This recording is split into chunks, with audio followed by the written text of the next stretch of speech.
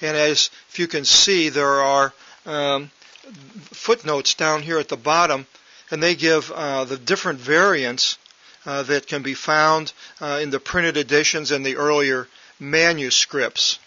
So I saw that there were quite a few variants from the Aldine and the Complutensian Polyglot, and so I started searching for them, and I ended up on the internet at the beginning of the internet age, and I went emailed to the National Library of the Netherlands, and I read that they had a later copy of an Aldine edition, not the Aldine original, but a later one. And so I wrote the librarian, and he wrote back and he said, "Why are you looking for a later edition?"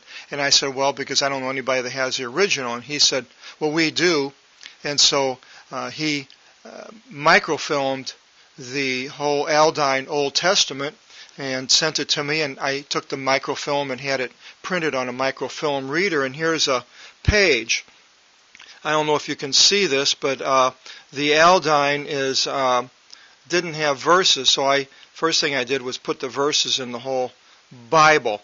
And then I started comparing the Aldine with the Brenton 16 edition. I found out that there were quite a few variants, as I also saw with the 1709 Lambert Bose, and I saw that there are also the Complutensian Polyglot variants. And so I started looking for a Complutensian Polyglot. Well, that's a 6-volume set, and it was only 600 printed. It was under the auspices of Cardinal Jimenez in Alcala, Spain.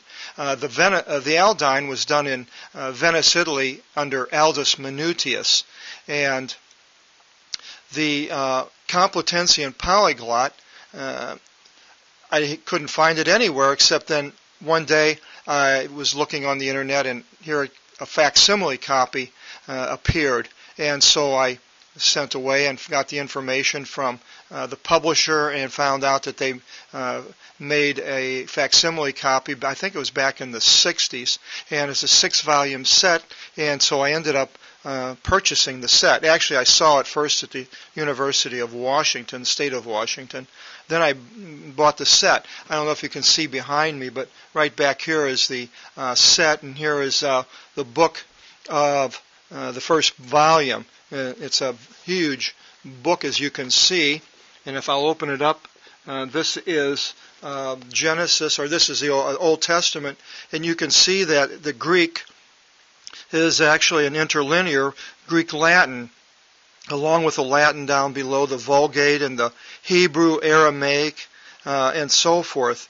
And this volume was the volume that really changed things for me, because I found that the Complutensian Polyglot coincides to the Hebrew as far as chapters, and I put the verses in like I did the Aldine, but it's almost identical to the Hebrew, where the Brenton is quite a bit different. If you have the Brenton next to a King James Bible, and you look up in many places, especially in the book of Jeremiah, and I believe it's 2 Samuel, you can't find them, because even the verses in the chapters are all changed around.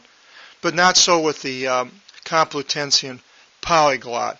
So I came up with a scheme of whenever two agreed against a third, if the Aldine and the Complutensian agreed against the 16, then I take the majority reading. But that wasn't cut in stone. It wasn't always the case. I also checked with the Hebrew on these variants and came up with the Apostolic Bible text. It's an eclectic text.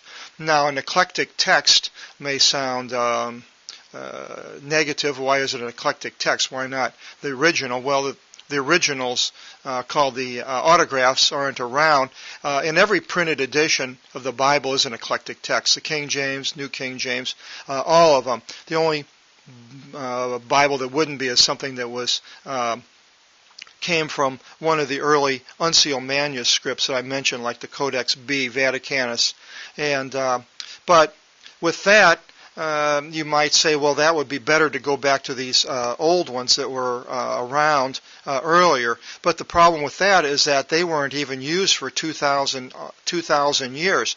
They were in the dustbin, more or less. And the traditional text, also called the received text, Textus Receptus, was used for thousands of years, and it's also called a majority text. Without getting into the science of textual criticism too deeply, I'll just let you know that the alternate